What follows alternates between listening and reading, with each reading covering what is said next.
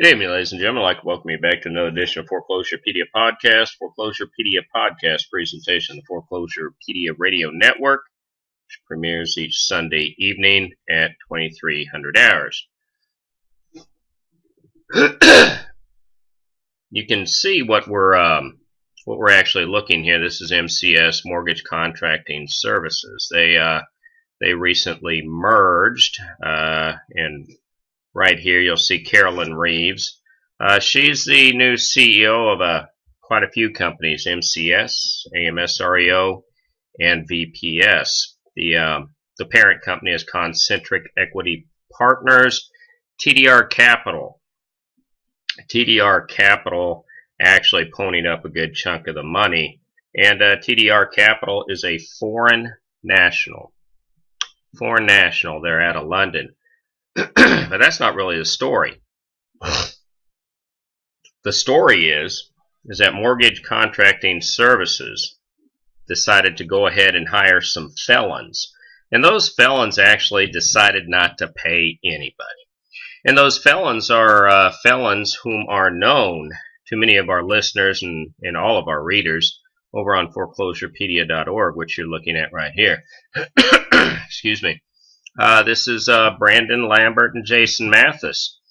The very same Brandon Lambert and Jason Mathis whom Cooper City West, and that's old Janice Cooper, she used to be with HUD, CWIS LLC out in Colorado Springs, and AMSREO.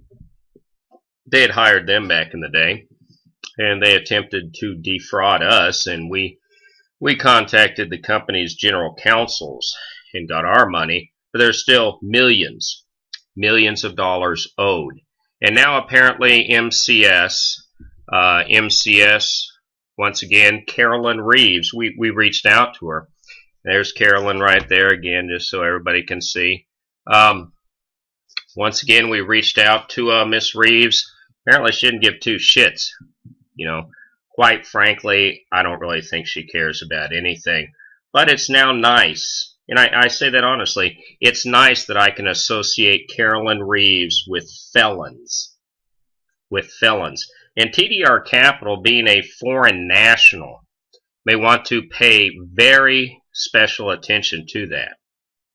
And some people may actually want to call in here to KLIF 570 News. Maybe ask this old boy here the question of, why is he interviewing people who hire felons and refuse to pay contractors?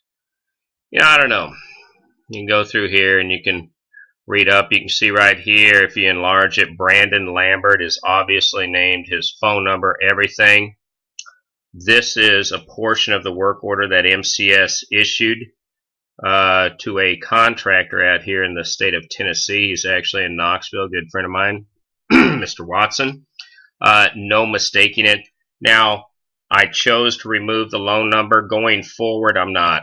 I'm going to put all the information out there. I give two shits about these banks or these order mills anymore. If you're going to screw contractors, I'm going to screw you, and it's legal. It's completely legal. Run it by your general counsels. So what's been going on in the meantime? What specifically has happened? Well, we actually reached out to Senator Bob Corker's office. We spoke with Rhonda Smithson there. Ms. Smithson has been instrumental in a lot of our issues that we encounter here in East Tennessee. I think that perhaps a lot of these, tens of million, $100 million corporations think they can really push people around. And that very well may happen in a lot of these metro areas. Here in East Tennessee, business is done a little bit differently. Senator Corker's office, and as you all, I also want to, point out, now MCS, I'm pointing them out very hard and heavy because I believe that when you're involved in issues like these, mergers ought to be looked at by the Securities and Exchange Commission. I'm not sure that the SEC is going to jump over and do backflips when people are hiring felons to go ahead and approve those mergers by foreign nationals.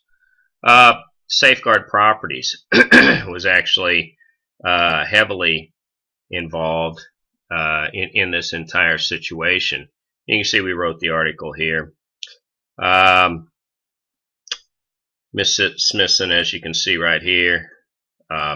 Anyway, she reached out, or correction, Senator Corker's office reached out to Safeguard Properties, and within the hour they started calling contractors and in essence asking, gee, how much do we owe you now?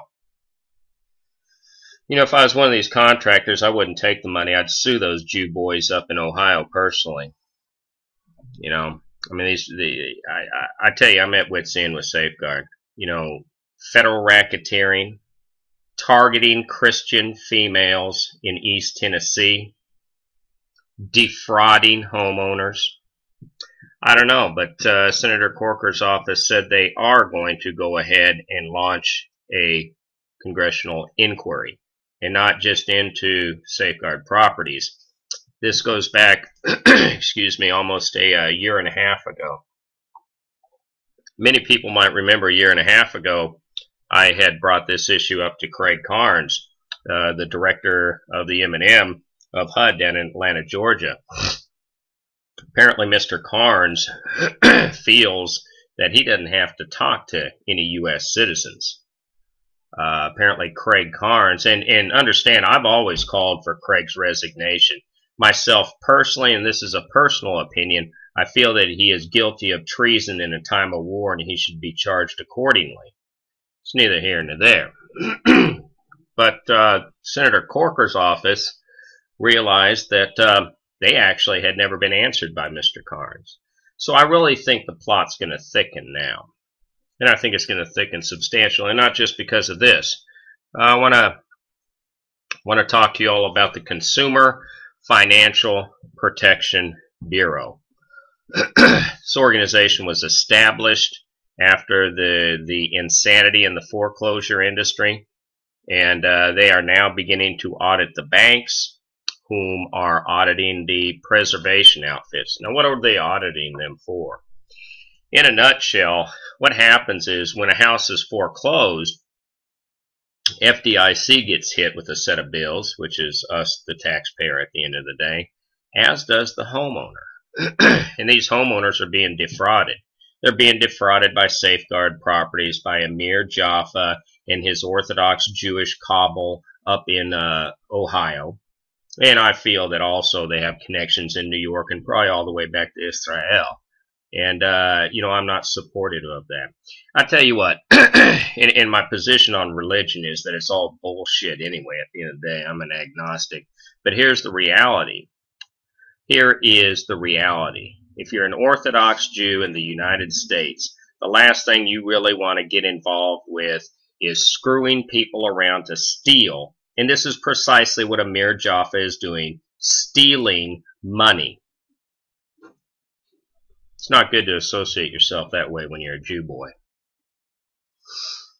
So CFPB, there's actually a conference, I believe this week up in Arlington, Virginia. Arlington or Alexandria, I believe it's Arlington. But anyway, they're going to come in and they're going to start kicking ass and taking names. And I think they should. And what you're going to see ultimately is you're going to see a lot of the smaller outfits, Berghorst Enterprises, perhaps Midwest Metro, you know, a lot of these regional leeches, they're going to be gone. They're going to be gone because there's just not enough money to divvy up anymore.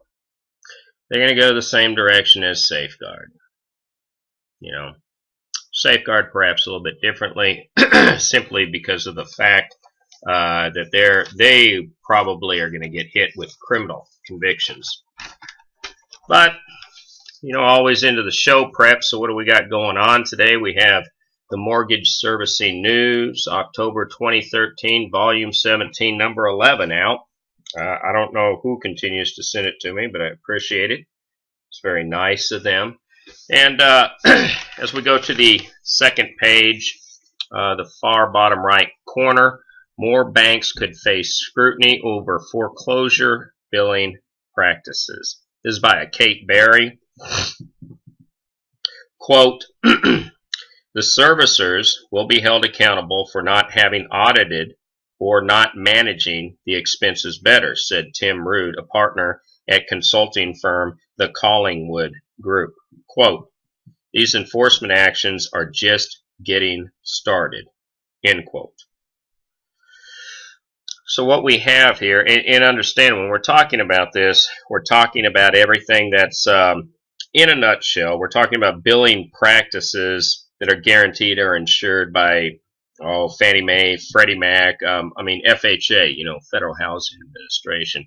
And I think that's a very good thing. I think it is. I think it's about time that the United States government comes in and start kicking ass and taking names. And if they can't kick ass, shove so much regulation down these people's throats that they'll never make another dime. And I'll tell you why that's important.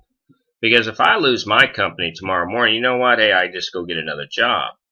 But these people like MCS, like AMSREO, a half dozen of these people, what they have is they have a tremendous amount of money tied up in infrastructure loans. And if they cannot meet a certain level of derivative income and standard incomes coming in, they can't service those notes. On the same page 2 over on the left-hand corner, FHFA seeks $6 billion settlement with J.P. Morgan Chase. And it's interesting, J.P. Morgan's getting kicked around quite a lot, and I think justly so. I believe that they thought that their big whale, the London trading deal, wasn't going to be shit. Well, they lost $6 billion there, and they're going to be fined about $1 billion. But with respect about that, a lot of people don't know this. There is an outfit, and they're called Altisource. And Altisource and J.P. Morgan had this hustle. And this hustle was that after the homeowner had left, they said, you know what, screw this. We're going to kick these citizens around even more. And they double slammed them with insurance. Slammed insurance at twice the normal price. Altisource, yeah, I see them getting kicked around heavily. There's a guy there named Chris Slyman, a vendor manager. So this is a shout out to you, Chris. Hope you and your company are doing good. Really do, pal. 300, 600 million, numbers up in the air. But CFPB, if you don't know anything about them, if you don't understand them, you need to get over there and start learning, even if you're a contractor, and additionally submit a complaint. And whistleblowing. Whistleblowing's a neat thing. It's much like in Latin it's called qui tam. And a lot of people don't know this. You can sue yourself personally on behalf of the United States government. And you're entitled to those damages, percentage thereof. So you know what? If you don't have a retirement package, hey, something to look at now. So this is kind of dealt with the senators' entry into the fray, safeguard properties, going the same way that my excrement does when I take a seat on the toilet. A little bit else in the news. About a year ago, we were actually talking about inflation and the fact that it's coming. You can only loan money at 0% interest for so long. And money is a novel thing. In the early 70s, the Federal Reserve Board printed a document that was called Modern Money Mechanics. And if you don't understand money, you really need to try to reach out and get a copy of that. If you are not able to locate one, contact me and I'll copy it, and I'll just charge you the copying in the mail to send it to you. But it's an enormous treatise on precisely what money is, precisely what happens when you print money and put it into the supply, and when you loan at either 0 or say 0.1 or 1%, whatever it might be.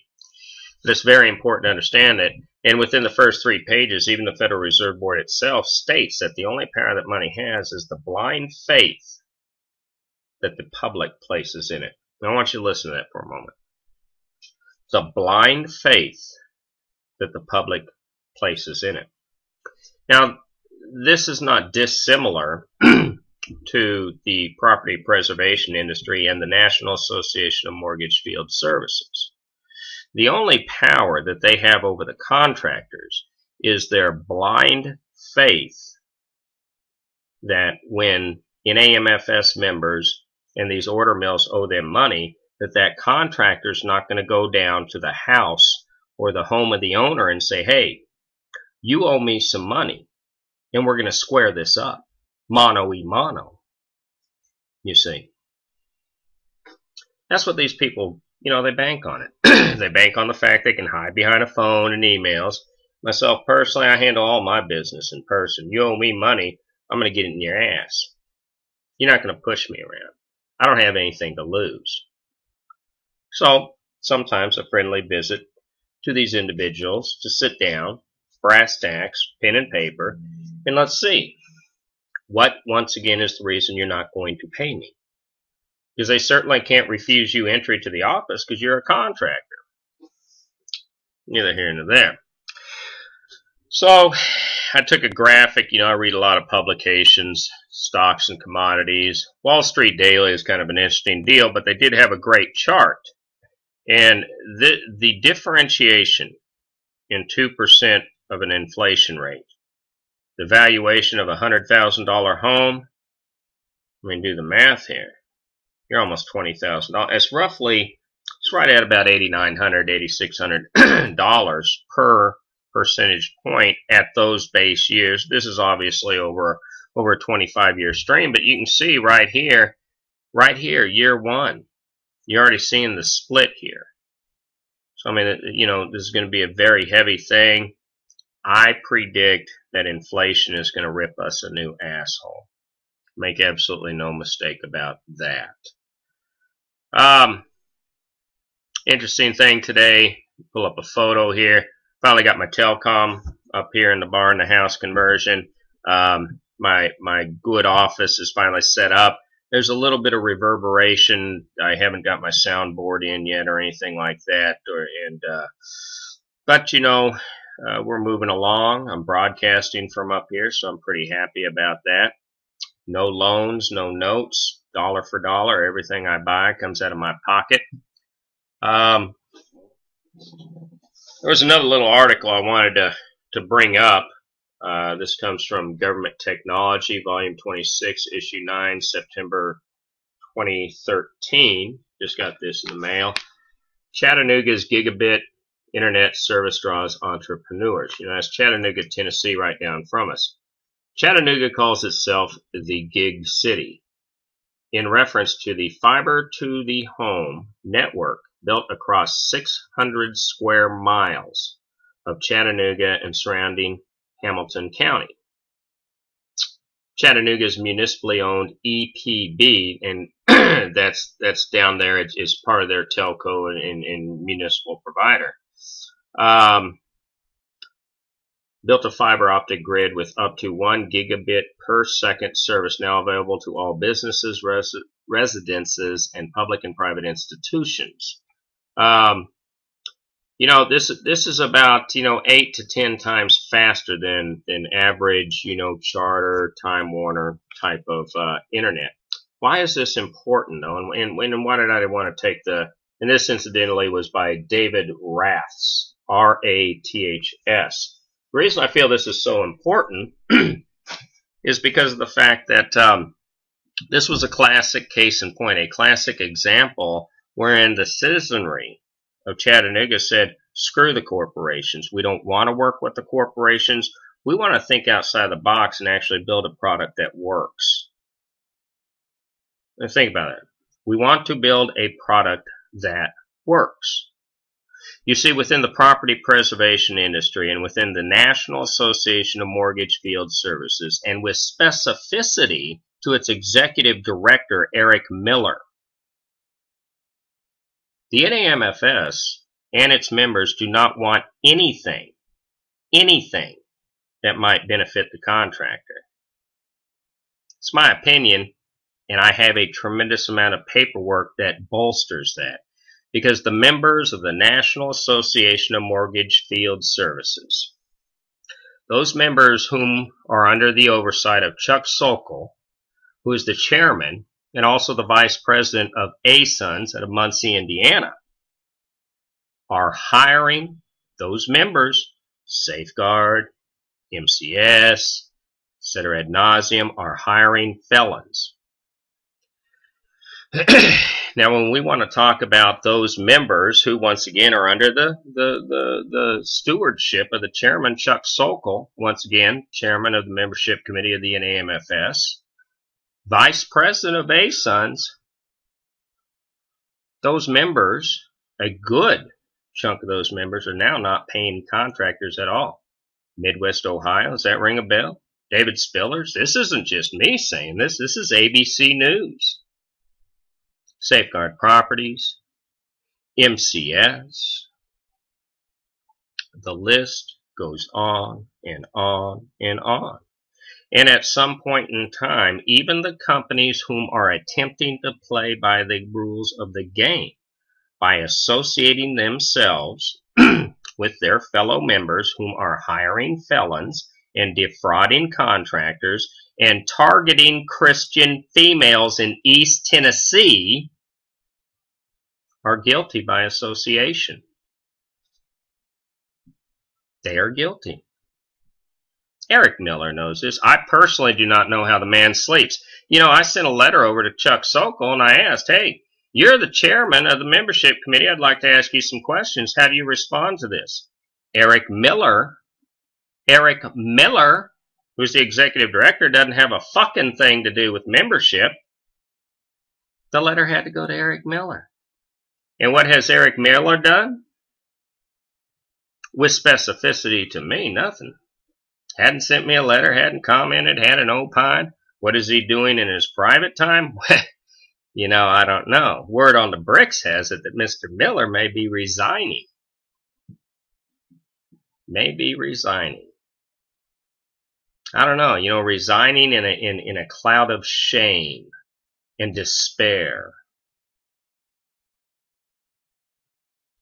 The National Association of Mortgage Field Services poses a clear and present danger by and through its membership to the national security of the United States of America. And the reason that it does is that its membership hires felons and refuses to pay contractors. That, in turn, causes issues within the real estate market. The real estate market is the last pillar of the economic foundation of the United States of America.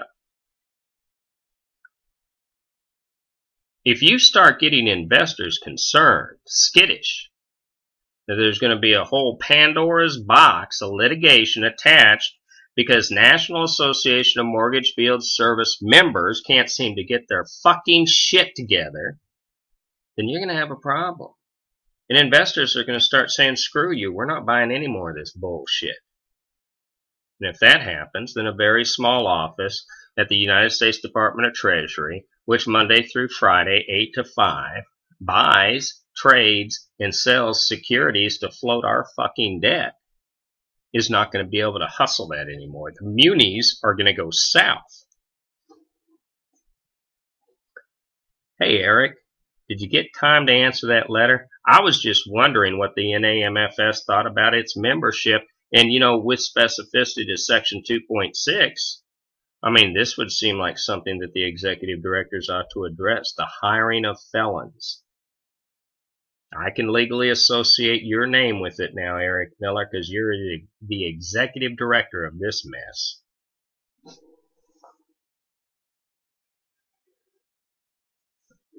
So, finally, and on conclusion this evening, I want to tell everybody I've been pretty preoccupied. I'm putting together an enormous montage, a huge video about the industry. It's going to deal with quite a few things. It's very time intensive, and so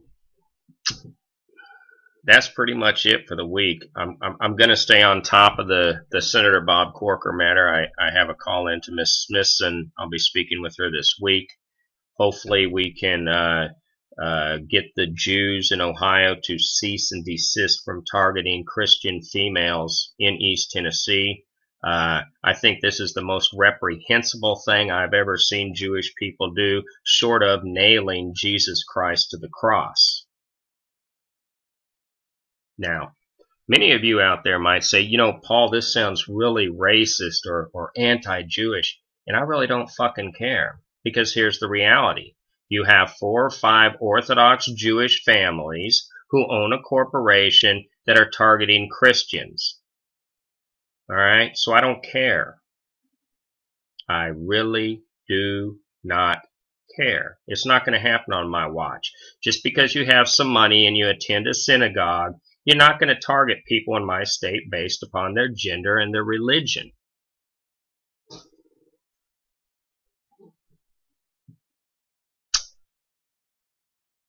Thank you for tuning in to another edition of the Foreclosurepedia podcast. If you have any questions, comments, concerns, feel free to reach out to me, COO@foreclosurepedia.org.